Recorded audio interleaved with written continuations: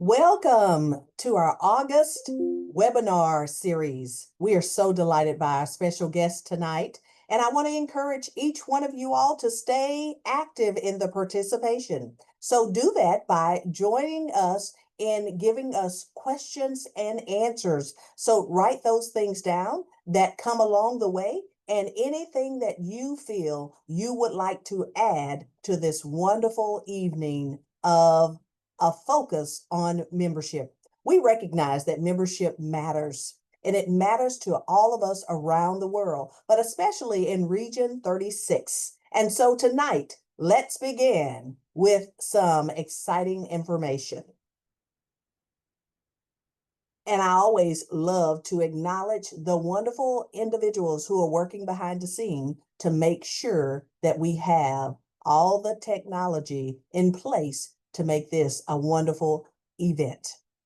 So, as we've already done, welcome. I am past District Governor Demetrius Harrell and the Regional Membership Coordinator for Zones 25B and 29, your Region 36. And let's move forward in the presentation tonight.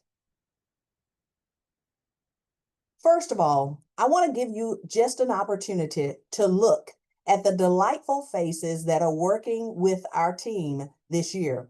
Our membership coordinators are assigned to specific districts to be a resource for our presidents of our clubs, our district governors, our membership chairs, and our district membership chairs, because we feel it is important that you recognize all of the resources we have, not only through Rotary International, but the local leaders who are available to come and participate in events and activities that you have.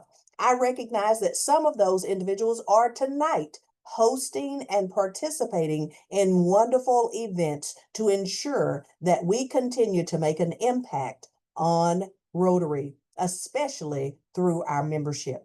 Let's move along. So we know that it is important that we become intentional.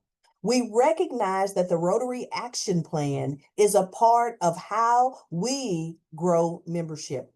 In our next series, we're going to have a presentation that is focused primarily on the Rotary Action Plan.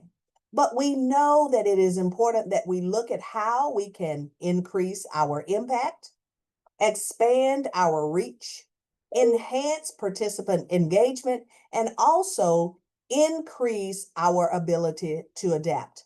And for just a moment tonight, I am going to focus on increasing our impact through a focal point of 6 areas that you can concentrate on over the next couple of months. And we would love to hear your feedback on how this has been successful and utilized within your Rotary districts.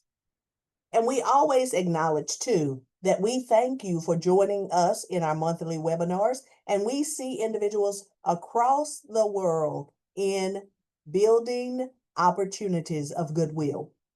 Let's come up with that next slide. So 6 impactful ways to grow membership. The first thing that I want you all to think about is creating a simple and consistent message. In other words, that elevator speech that might be necessary when you are traveling and wearing your Rotary logo and brands. We want that to be meaningful and not only have an impact on those that you meet, but those who might not quite understand and acknowledge what Rotary truly is. We do meaningful service together. That would be a simple but yet consistent message. We want you to think about your vision of what you would do if someone asked, "What is Rotary?" And what are the possibilities of being connected? That would be an impactful engagement. The second point is strengthen the member experience. We all have stayed in Rotary because we have been able to have great experiences. Focus on retention first. We want to maintain those members who are with us now. Before we can think about growing opportunities, we have to ensure that our club brings value, that our activities and our service gives us opportunity to make an impact within our community. We need to clarify the value of the proposition, articulate why someone should join now. You know, we love community impact, and we want to build our clubs to look and have a reflection of those around us. Have a strong onboarding pathway so that members don't get lost in the shuffle of just trying to get them aligned in the beginning of their experience. Assign mentors or experienced Rotary mates, people that can walk alongside those new Rotarians and show them the way. Again, building goodwill and even better friendships. But making an impact also requires us to be flexible in our participation. Hybrid meetings, virtual options, making sure that we don't leave those behind. Everyone moves and evolves and participates. You know, oftentimes we as Rotarians experience illnesses, sicknesses, or things that happen in our family where we have to travel. But how can we stay connected and be abreast to all of the things that are occurring within our Rotary Club? Micro volunteer options, and 1 year aims of commitments that we want to bring and build among those new members and existing members. But we also want to target the right audiences. And I know that who is coming up to speak before us tonight as our guest, he is going to bring lots of information and great insight. But we want to tailor our tactics. When we are looking for younger members, younger professionals, we want to look in the right areas and make sure that we maintain a culture that is right for them. Women in unrepresented areas and communities, inclusive leadership, gender balance committees, and also making sure that our alumni and former Rotarians recognize that we still need to make connections. They still have an opportunity to stay involved. But if we are seeking for corporations and organizations to be a part of Rotary, we want to show them the ways that we work within their organization. The key impact essentials is making sure that we have an open mic event to build scalable funnels for memberships and speaker nights where everyone can get involved. New members, old members, and those that are looking to become members.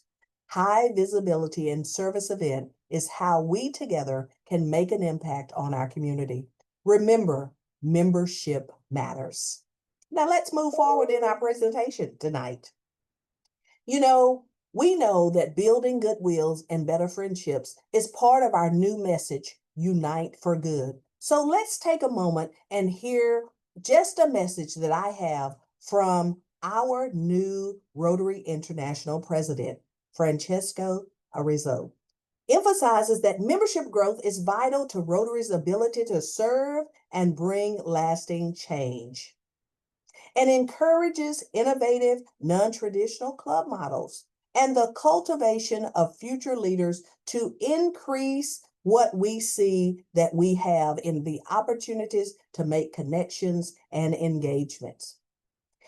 He sees growth as opening the doors for new communities and stresses the importance for prioritizing memberships year around, not just in August. You see, this is membership month. And you may ask the question, why do we begin with membership as our first area of focus?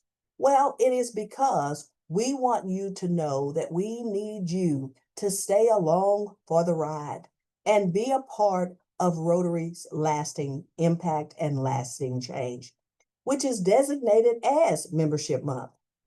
And our Rotary International president has also acknowledged, President Francesco has said that also we need to focus on creating global messages and the unity that is a shared purpose.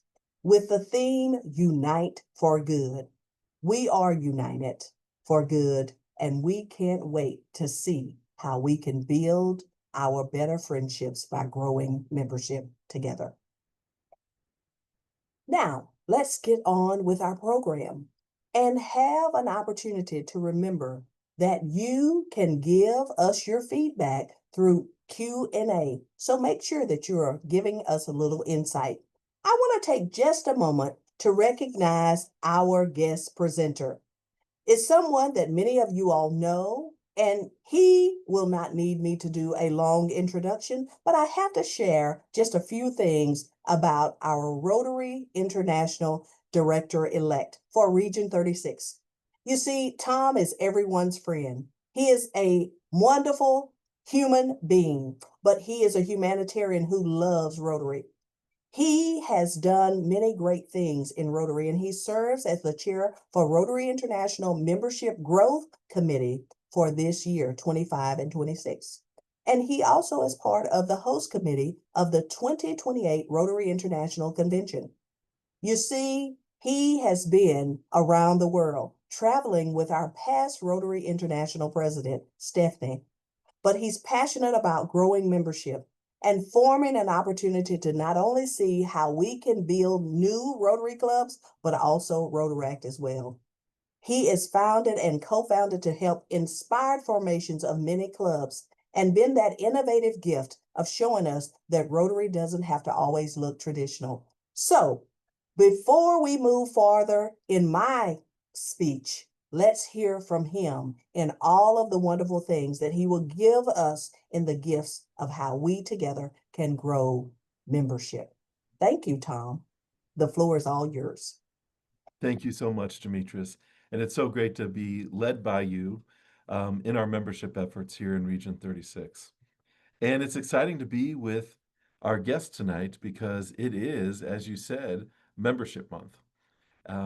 And I am going to share my screen here. Let's see.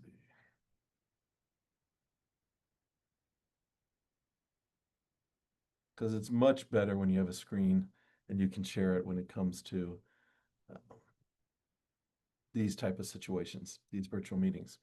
So it's a great time to be reading about membership, not only because it's August and it's membership month and new club development month, but because we just got new data from Rotary International. They just finished doing the analysis on the numbers for last year that ended on July 31st. And we actually got some good news. Believe it or not, for the first time in many years, we actually stopped the attrition. So we slowed down the loss of our membership. So we're going to talk a little bit about that tonight. But before we get started, I just want to tell you that the best way to grow Rotary, and we know this from many years of trying, is not a silver bullet doing one thing, a magical formula. It's really a holistic approach. And really, there's only three ways to grow Rotary. First, we need to attract members to our existing clubs, going out in the community, reaching those potential people of action, and bringing them into the clubs we currently have. The second thing we need to do is, like Demetra said, we actually need to engage our members. You know, we bring in 150,000 people into Rotary every year. That's great. And if we kept all those over the last 10 years, we'd have 1.5 million more Rotarians. But the reality is, even though we bring in 150,000, we usually lose about 160,000. And it's a little bit concerning about when we lose them, but we'll talk about that later. The third area to grow Rotary, the third process is to form new clubs. So we'll talk a little bit about that. But what we want to focus on tonight is actually something that wraps around all of that, and that's the club culture or the club experience. Because of all the things we do in Rotary, the single most important factor to keep our members engaged and retained is the club experience. So, what is the club culture, the club experience? It's basically what we do in a club, it's how we operate, it's how we get along with others, it's our policies, it's our practice. And if you have a good club and you have a good club culture, you can feel it, you know it. Why? Because the members are engaged, they're coming to the meetings. You're raising money for both the Rotary Foundation and your local club. You're having great socials. You're having good service projects. Um, but we know it's also a positive experience when our members have confidence in our club leaders. And this is especially true with Rotaract clubs. And you know how it is. If you have a good president in your club, those things go well. You really grow. You do all those things. Members are enjoying the meetings. And to enjoy the meetings, we really have to respect our members. You know, if we say we start at a breakfast meeting at 7:30 and we end at 8:30, make sure you start at 7:30 and make sure you end at 8:30. If you have a speaker, make sure that those participants also get their fair share to speak. Don't do club business for 50 minutes and just give the speaker 10 minutes to speak. Um, and we also need to make sure when we look at why people join Rotary, they join for different reasons. But for Rotary members, the number one reason why people join is for friendship. In Rotaract, it's leadership development.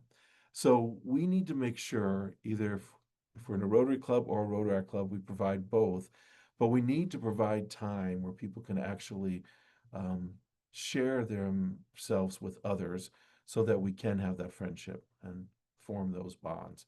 And that could be before the club meeting or after the club meeting. It doesn't necessarily have to be in the club meeting, but we really have to do that to help the club culture.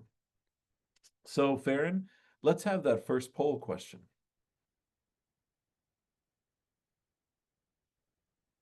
Okay. Where can you get successful ideas to create a successful club culture? One, from the Rotary Learning Center and official resources. Two, by networking with other clubs and districts. Three, through using Rotary membership webinars and events. Four, from member feedback and club surveys. And or by exploring the best practices and success stories, or all of the above.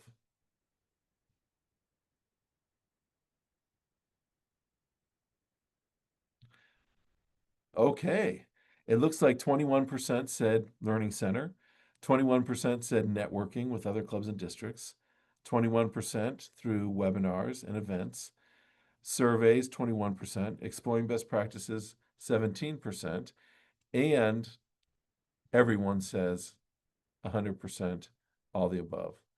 And that must be the right answer. You know, we always learn from each other with these things. Okay, so we're going to close that and we're going to move on with our presentation.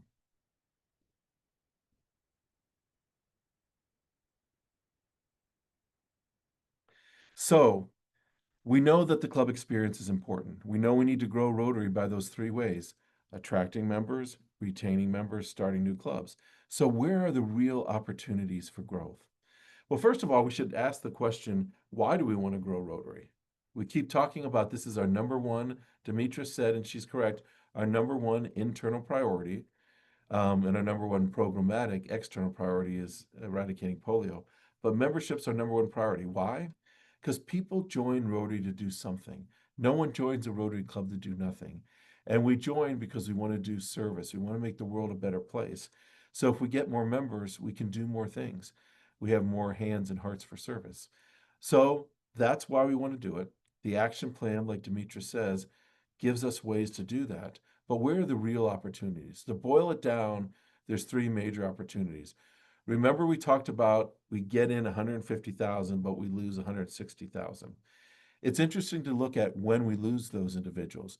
We lose 10% of those members within the first year of them joining. And within the first 3 years of them joining, we actually lose just over 50%. You know, after 3 years, they're like all of us. They're here on a weeknight listening to a membership webinar because we're all passionate about trying to grow more. So we also forming new clubs. So if you think about it, people leaving, that's retention. And Demetra said that was our most important thing. And it's interesting because when we do the annual survey of leaders, which is club presidents and district governors, and we list the action plan priorities, the four things that Demetra showed in the beginning, we ask them to say which is the most important to them. And they all say enhancing participant engagement, 78%. If we did that, we would keep those 10% that leave in the first year. We'd keep that 50% that leave in the first 3 years. And it's easy to do. In your club, my wife's club, when someone joins, they assign every member to a committee. So they get engaged right away. They have people to interact with, they have people to sit with it whenever the meeting times are. And then the last opportunity is forming new clubs. So we're going to talk a little bit about that coming up here. But the first thing we need to think about is club flexibility and club development. So when we think about starting new clubs, those principles can be used to actually innovate at your current club. So all the things we're going to learn tonight, you can use even if you're not starting a new club. So there are all different kinds of club formats, models, types. We have Rotary clubs, Rotaract clubs, and satellite clubs. Those are the club types.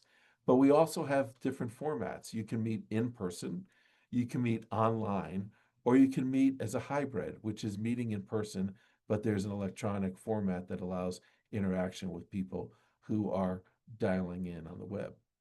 And of course, we have club models. And these aren't our only club models. If there's a club that you're thinking of, don't be constrained by this. We can help you start. Demetrius's team can help you start a new club, even if it's not on this list. But we have traditional clubs. And don't get me wrong, our traditional clubs, they're the backbone of Rotary. I'm in a traditional club. I would never leave it because my friends are there. But we're trying to reach out to other people of action within the community and bring them in. And sometimes we can't bring them in because they don't fit in with our traditional meeting. For example, I meet on Tuesday mornings at 7:30 at a country club. Well, if someone has to take their children or want to take their children to the school bus in the morning at 7:30, they can't come to our club. If someone works for a publicly traded corporation and needs to be at their desk during trading hours, they wouldn't be able to come to my club. So why not start a club that meets at night or meets on the weekends?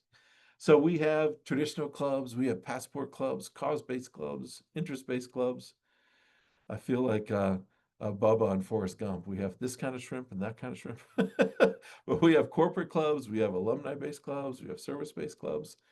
And these are all on Rotary's website. If you go to the membership section of My Rotary, you can click on all the light blue and they will teach you how to form those clubs and what those clubs are about. And of course, if you need help from any person on our team, we'll be happy to come in and do a webinar on one, of just club types and club models or on all of them. Whatever you want, we'll be there to help. And of course, there's various kinds of clubs, such as international clubs, expats meeting in, let's say there's American expats meeting in China. They could have a club. And districts often have a district-wide e-club.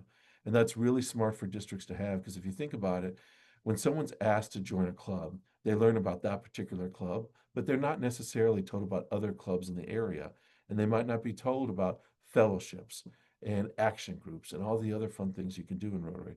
So if you have that district-wide e-club and someone has a culture that doesn't work for them, you can grab them up in that district-wide e-club. So that's something to consider.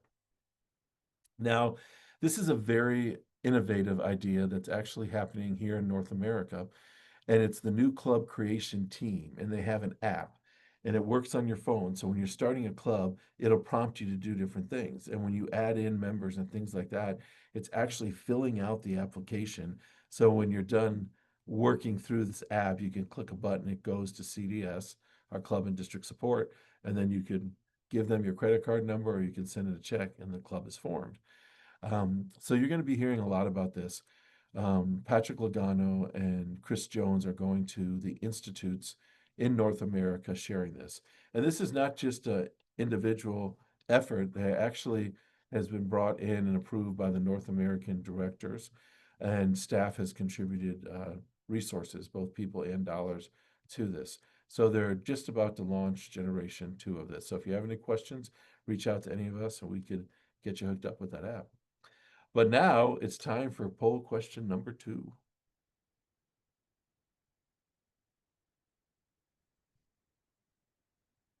Okay, why do we start the Rotary year with Membership Month? First option, to emphasize growth and set the tone for the year ahead, to strengthen club engagement and member retention early on, to align recruitment efforts with strategic planning, to inspire new ideas and energize club culture, and to highlight the global impact of expanding Rotary's reach, or all the above.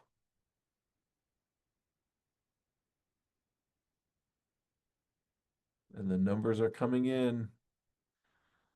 I don't want to influence the outcome, but I think you guys are going to get it right. And really, there is no wrong answer when we're talking about these things. But it turns out that it's all of them. We have about 20% between all of them, and 35 out of 37 who participated in the poll. So 95% said all the above. And yes, I think that's all of those answers are correct. So we will actually move on with our presentation here. Connecting with prospective and new members. So when we talk about attracting new members, what we're talking about is trying to connect with people who aren't already in the club and bringing them in. And we have to be intentional about it. I loved how Demetrius talked about the intentionality of membership. And it doesn't really matter how you do it, as long as you have a system and you follow it. When I was president of my club, um, I really cared about membership because I really knew in my heart of hearts that if we got more members, everything would get better. We'd raise more money for the Rotary Foundation. We'd do more international local service projects. We'd have more smiling faces at the meetings, so we'll have more happy people, better socials, all those things. Well, during my year as president, together we brought in 31 members. And so how did we do that? Well, the first thing is in our board of directors meetings for our club, you know how those board of directors meetings are. You usually review the minutes, you review the financials, you talk about the next social that's coming up or the next service project, but we never talked about membership. So when I was president, I put that first on our agenda. And we talked about prospective members and how we can bring them in. And we don't need to have just one person be the membership team. We actually need a membership team because there's different individuals. There might be a retired individual who's a female, let's say. And if we are targeting another recently retired female, it would be good to pair them up because you as club president can't do everything yourself. So I wanted to come up with a system of how we can do this. And again, no system's perfect, but it's good to have a system. So what we did is we took the English alphabet A through Z, and we came up with categories under each one. So A, we had architects and we had accountants. B, we had bankers. And so our goal was, okay, do we have a banker in the club? Do we have an accountant? Do we have an architect? And if we didn't, we'd ask our club members, do any of you have a family member or a friend who's an architect? You know, that kind of thing. So we went through the alphabet. Like for L, for example, we had a librarian and we had a landscaper. And yes, we did bring in a landscaper and a librarian. They were both great members. We never did get a zookeeper. That was what Z was, but we did grow by 31 members. So whatever your method, be intentional about it and try to move it forward. So, you know, now we talk about how do people feel like they belong? That is so important. We need our people to feel like they belong because if they feel like they don't belong, they're going to walk. They're just going to go leave Rotary. You know, no one really leaves Rotary International. They leave a Rotary Club. So we really have to have comfort and care of our members. And we really have to care about our community. Now, I put curiosity down here because, you know, I'm sure we've all been to clubs where you go in and there's cliques around, where there's a lot of inside jokes. And when you go there, you're like, well, I don't think I could ever fit in here. And if I could fit in here, it's going to take me 5 years to fit in. And do I really want to go to that much effort to learn all those inside jokes? And you don't feel like you're a part of something if the person in front of the room is just talking about themselves and they're not talking about other people and their new members. So curiosity is us asking potential members, what are you interested in? You know, I know there's always the people who say, what's your elevator pitch? And when I get asked that question, I really don't have an elevator pitch, because when I ask members to join, it's usually because they know me and they know something about me. And they'll ask questions such as, okay, you have a young lady, high school student from South Korea living with you. How did that happen? Well, that happened because of Rotary. Well, you're going to Honduras in September. Why are you going? To build wells. Well, I want to do that. How do you do that? Well, you join Rotary. So that curiosity is the best way to go. Okay, we are up to poll question number 3.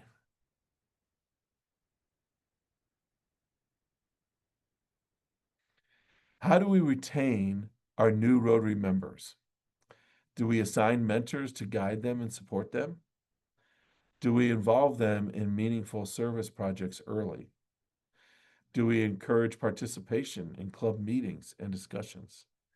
Do we offer orientation and ongoing Rotary education? Do we celebrate their contributions and milestones? Or is the answer all the above?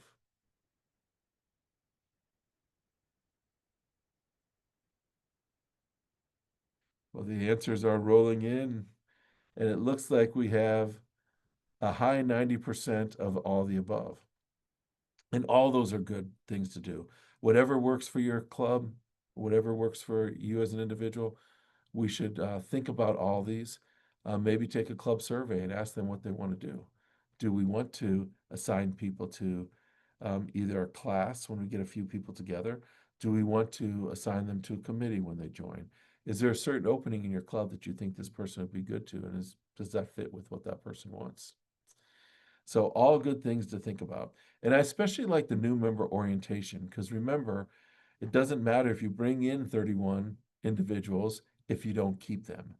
So that new member orientation gives the members a realistic expectation what to expect. How much are dues? When do we have to pay them? How much time does it really take to be a Rotarian? So those are all things that can be answered in new member orientation.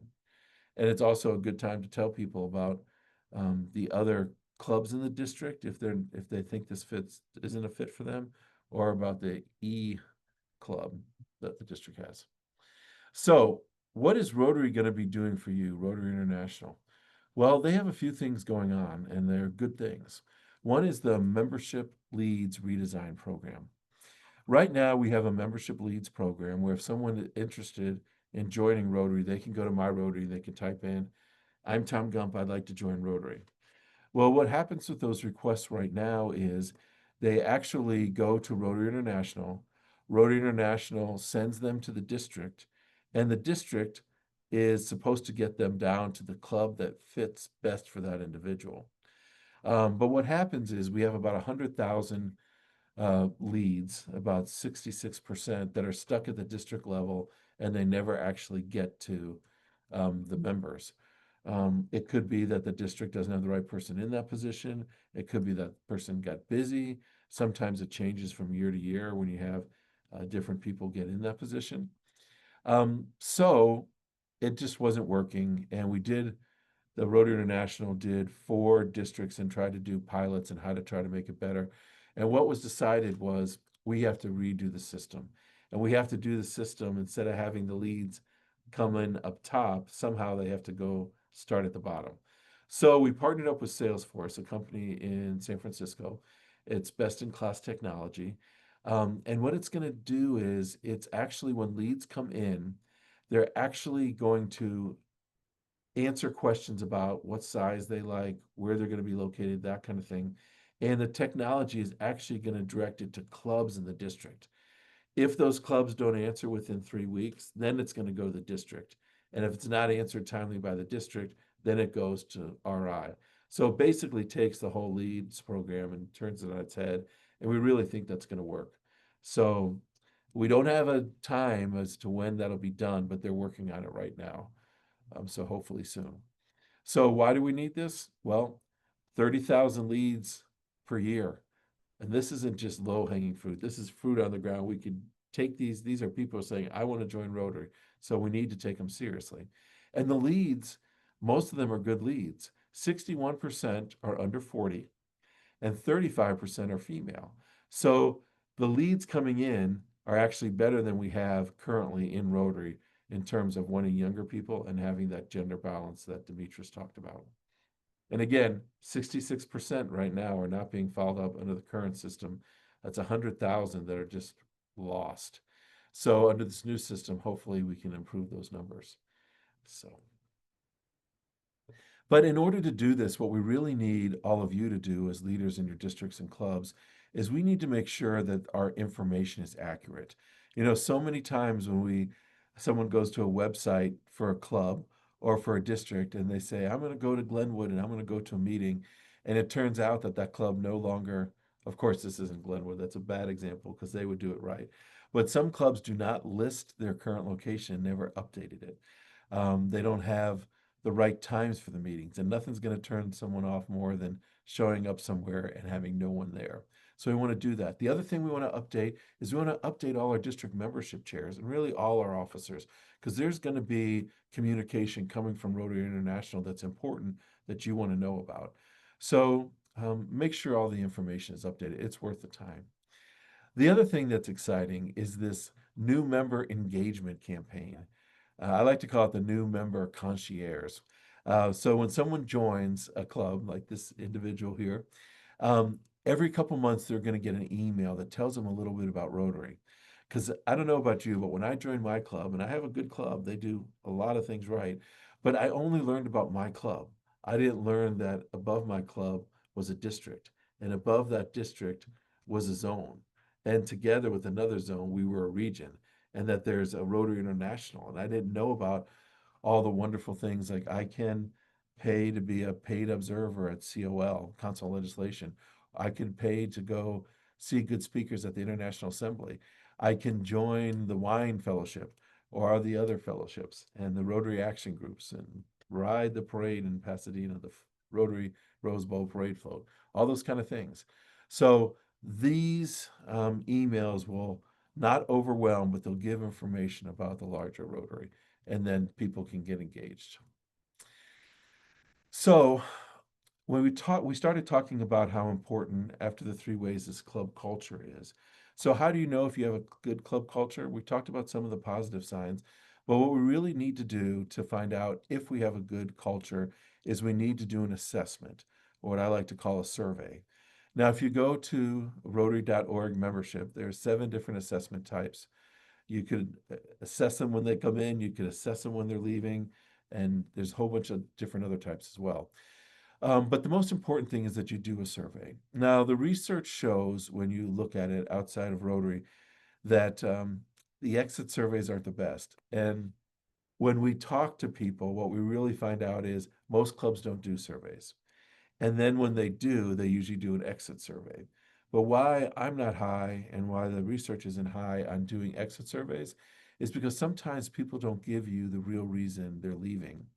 And even if they do, you don't have time to fix it. You can't correct the wrong behavior that's causing them to leave. So do it in the middle of the year or do it at the start of the year when you come in as club president. Now, why do we say you should do it once a year?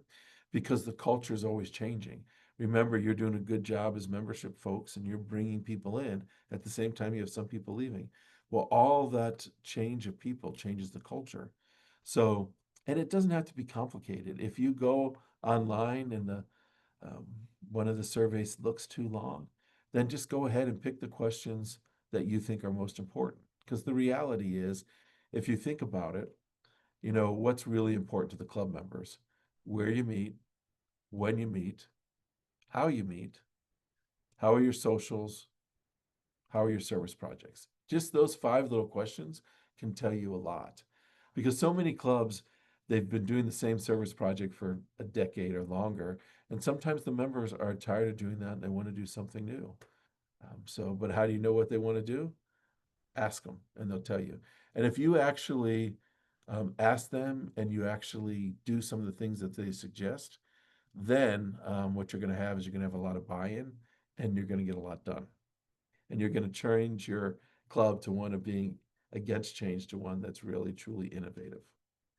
So that's all I got to say about that.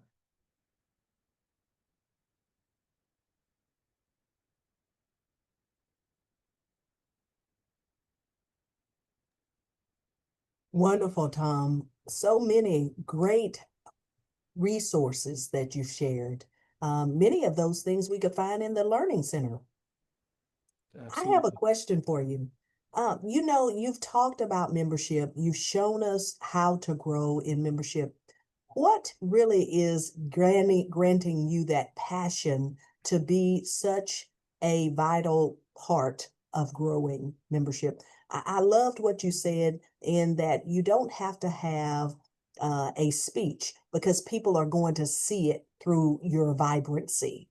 Why have you found that to be the great passion of leading the way in Rotary? Well, thank you very much for asking that question. And I love answering questions because I feel like we're giving people what they really want to know. So thank you for the opportunity. You know, Rotary brings me so much joy. I mean, it's made me a better person. Every meeting I go to, I meet wonderful people. And I feel like I want to share that joy with other people. You know, when I was president, every time I'd bring someone in, either from my church or work or where I work out or friends, family, that seeing that extra smiling face in the crowd just made me happy. And I swear over the year, my smile got bigger and bigger and bigger because we just had more people in there to share that with. I think that is so true. I feel the same way. And building those friendships around the world has really created for me such an outreach. Any questions that I have, anything that I need, I have someone that I can lead individuals to. Another question that our good friend Chuck's brought up was leads. Leads, I can recall being the district membership chair and looking at leads and trying to make sure that one, I got in touch with the person immediately. Number two, I told them all of the options that they had.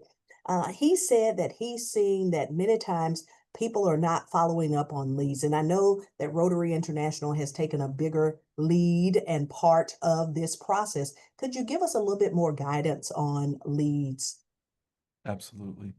You know, when we visit clubs, Demetrius, in person or online, it's interesting because if you ask people how many have brought in new members, it's always just a couple people doing it. Leads are the same way, except it's worse because under the current system is it's all focused on one person in the district. So Rotary International will send a lead to that one person. Now the district governor also gets it, and the district governor, she or he can assign his right to someone else. But basically, two people out of 2,000 isn't really enough following up. So under the new system, we all will be happy because if I say I'm moving to Edina, Minnesota, they can say, okay, these are the 3 or 4 clubs in that area that you can go to. And they narrow it down even more by, size and things like that. So we have a program now that's top down. This next one will actually start from the bottom up, and we think people will be more excited. Because if you call a club president after you get them all jazzed up and all your people at Demetrius get them jazzed up, they're going to be looking for those leads, much more so than international or a district. So we believe it's going to work much better. Thank you. That's great. We definitely want to make sure we put emphasis on leads because those are prospective members that are seeking us and ready to move and action. I have one final question from my perspective. When we think about membership, and you said leading into the conversation that we're in a great place. We've seen, however, over the course of time, North America having a decline, and sometimes, of course, the door continues to evolve. What do you feel that we are going to experience for the future to get more people involved in Rotary? Well, Demetrius, it's really up to us. One thing I've become aware of over the last year is Rotary is all of us. We go wherever you go in the world, they say, why can't Rotary do this? Why can't Rotary do that? Well, Rotary is us, and we can really make a difference if we do this. And you're right, when you look at, and this is a gross overgeneralization, but when you look at the numbers, the Northern Hemisphere is losing membership, except for a few exceptions. Southern Hemisphere is gaining with a few exceptions. And never mention the exceptions because people get mad if you mention those. But the reality is, when you dive deep into the numbers, the Northern Hemisphere is losing clubs and not replacing them with new clubs. And they're losing clubs faster than they're adding new clubs. We only added 52 clubs last year in the United States. Now, in the Southern Hemisphere, they are adding clubs more than they're losing clubs. So we can actually be a little more, we can have a plan and go out and start new clubs, and that'll help us out a lot. So I think the future is bright. You know, when we were children, our mother and father always had dinner parties. Um, Now, my wife's an exception. She loves having dinner parties. But now our world seems to be, we have a lot of neighborhoods with fences around them. Instead of talking to our neighbors about issues, we write checks to our various parties and we never talk about things. People need Rotary more than ever. Less people are going to church and those kind of things. And civic organizations as a whole, it's getting harder to do that. But I just look at our polio, for example. We need people working on polio, and if the government's not going to fund that, we need to work on it and find other solutions. So I feel very happy about where we are, especially with the slowing of attrition. And I really feel this year we're going to grow because we're going to take the Demetrius approach and be intentional. Amen. I love it. I love it. I always love seeing our friends from other countries. And Tony from New Zealand has a great question. He said, Tom, what is the current new member strategy and the communications that come from Rotary International? Are all Rotarians still getting a welcome letter from the Rotary International president? Yes, that started a year ago, and they are getting a letter. It's interesting because Gordon McInally, when he was president, actually received a letter because he switched clubs. So he got a new. The reality is there are tweaks that need to be made, but those are still going out, and we're actually um, giving more strength to that because we have that concierge that says you not only get the opening letter, but every couple months for the first year you get another letter. So thank you, Tony, and thank you for all the work you're doing to grow Rotary in Zone 8. That's wonderful. And I want to acknowledge too that Kristen Salazar, who is part of our membership coordinators team, is on that cadre to help with new clubs. So I see some individuals who have asked questions about Rotaract clubs and creating Rotary clubs, and we definitely want to utilize her as a resource. She did a wonderful job in one of our prior webinars, and I know she'll be coming back up and talking about that, but that is an exceptional program and platform now for us. And I'm glad you brought up Rotaract because, that's something that's really important to Rotary. Sometimes we get the question, is it worth having Rotaract from a financial standpoint? And the reality is, Rotaract has come a long way since 2019. And we no longer talk about elevating Rotaract. They are a membership type. So we have Rotary members, which includes Rotaractors and it includes Rotarians. Now, Rotaractors can do so much more now than they could used to. They could actually sit on Rotary International committees. They could actually form their own satellite club. They could apply for district and global grants. And they have applied for something like 359 in 2024 of district grants and something like 79 um, global grants. And Demetrius, they have given almost $400,000 in 2024. We're waiting for the 2025 numbers to the Rotary Foundation. So the thought now is if we can get interactors to go to Rotaractors that are university based, and then eventually, after a while, get the university based Rotaractors to go to community based Rotaract, and then have them go into Rotary. Of course, we have to make it attractive every place they're going to. Then that would be a good flow for Rotary, and we could reach our membership goals that way. I think that's wonderful. I would say that that has been a shining light. And one of the things I'd like to do is spotlight this year those Rotaractors who have transitioned. I know a good friend of ours, Tegan. She was a RILA student, Interact, then became Rotaract, and now recently just joined a Rotary Club. And that really shows the transition and the open doors of possibilities for those who desire to make that transition. But we also want to acknowledge that we value our Rotaractors, and we're going to be doing some new innovative things within our region to ensure that we give them the voice and they feel that they have that place because they make a tremendous difference in the service that we do in our communities. And you're so right by using that example, because 30% of Rotaractors have been involved with RILA or a similar program earlier. So, we always hear, well, why can't we get the Rotaractors to join Rotary clubs? We need to make the Rotary clubs attracted to them. There's a few reasons why people tend not to join a Rotary club. But the good news is 3 out of the 4 of them are under the control of the club. One is too many time commitments. Well, we can make less commitments. We can go from 4 meetings a month to 2 meetings a month.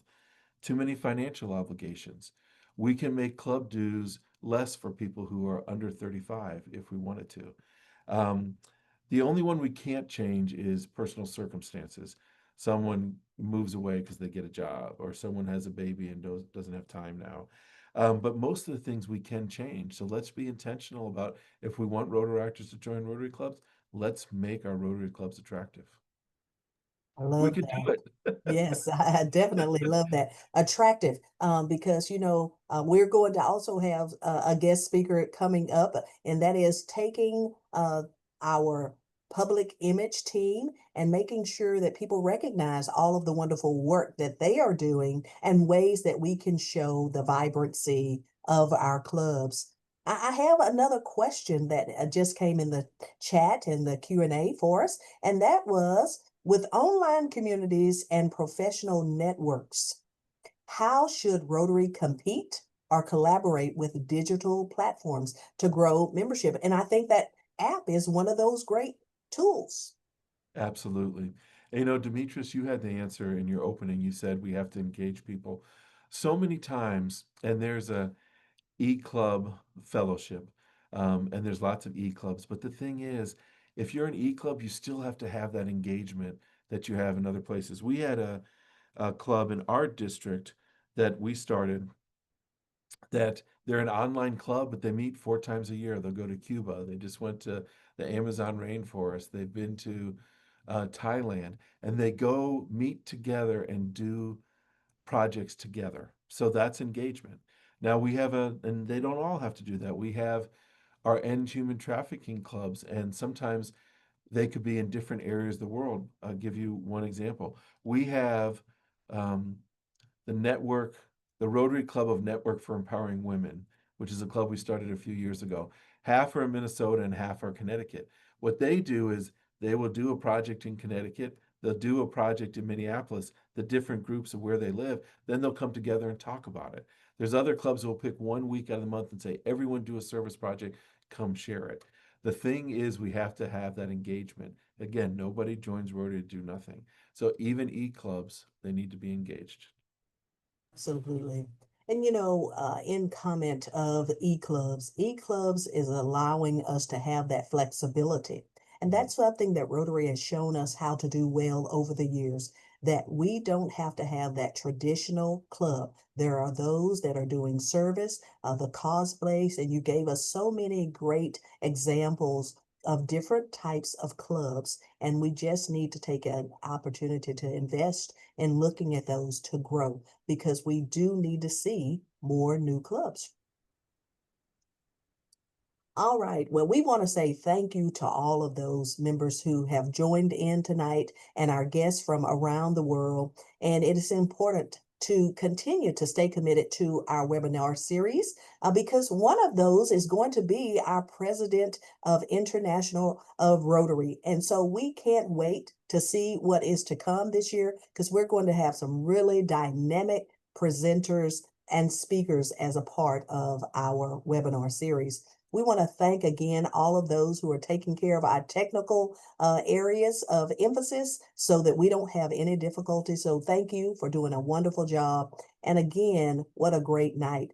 I want to say congratulations, Adonis, sponsoring 22 members and being notified of that sponsorship. We need more members like you that are willing to take the charge and go out and ask. I think, Tom, you said it best, and you've shown us how to do it, is when you wear your brand, when you talk about it with passion and you encourage, it's a privilege to be able to say, I will sponsor you. Come with me to the very next meeting that we have. Let's see. Let's enlarge our territory by bringing more people on our webinar series and getting them signed up. And let's invite people to join us as people of action. Again, what a wonderful evening we have had. Thank you, Tom, for all of the work that you do. And we look forward to seeing you again soon.